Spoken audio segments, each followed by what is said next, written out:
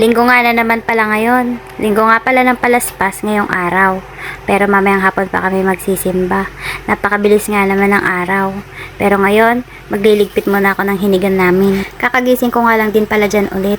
Bali gumising na nga ako kanina mga alas 6 at nagluto ako ng babaunin ni Papa A. Masakit kasi yung ulo ko kaya itinulog ko muna. Nabigla yata ako sa alarm ng cellphone ni Papa A kaya sumakit yung ulo ko. Liligpit na nga lang din pala ako dito sa kwarto. Ililigpit ko na nga rin itong mga gamit ni Alab tsaka yung kanyang mga laruan. Hindi ko na rin kasi ito naiayos kagabi at sa sobrang pagod na rin.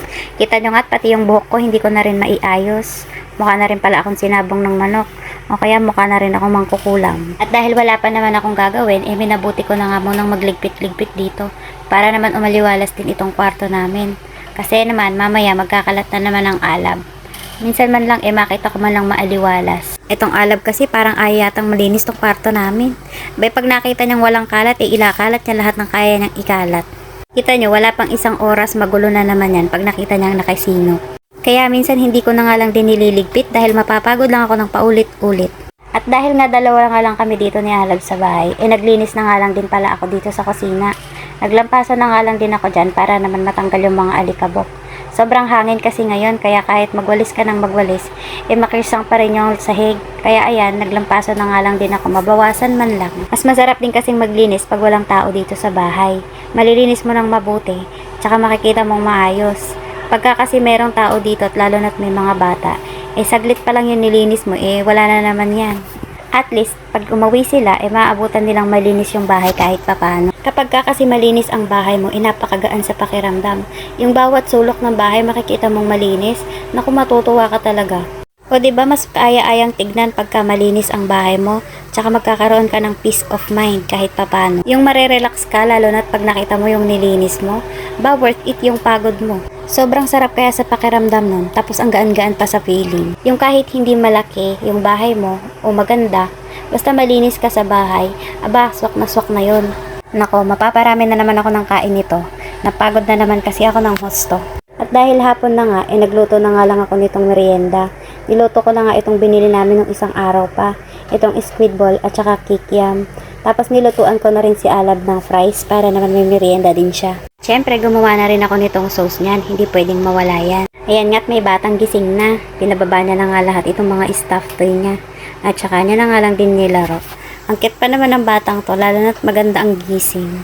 Basta wag lang siyang totoyoin. At ito na nga rin pala yung niluto kong merienda. Nagtimpla na nga rin pala ako ng kape para may kasabay naman itong niluto ko. Kumuha na nga rin kayo ng merienda nyo at sabayan nyo na ako. Sa panahon ngayon, kahit sobrang init, napakasarap pa rin talagang magkape. Hindi nga mawawala sa akin ang kape lalo na sa hapon. Nakasanayan ko na din kasing magkape at saka hinahanap-hanap na rin siya ng bibig ko. Kain nga lang ako ng kain dyan. Titiran ko na nga lang pala si Papa A para naman may merienda din siya pagdating niya. Kuha na nga rin kayo ng merienda nyo at sabayan nyo na ako. Para naman hindi kayo mainggit dyan. Sa sobrang sarap nga nito, habang ini-edit ko, natatakam na naman ako.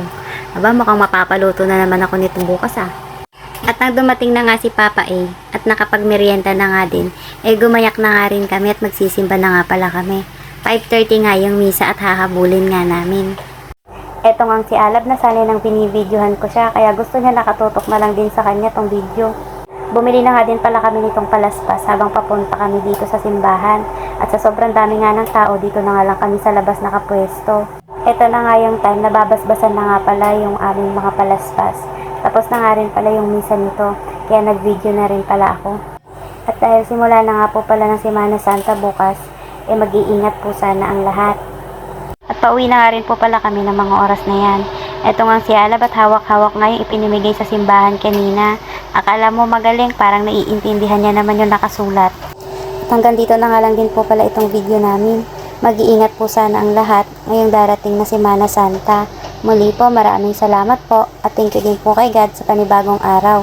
Maraming salamat po sa panonood. Bye!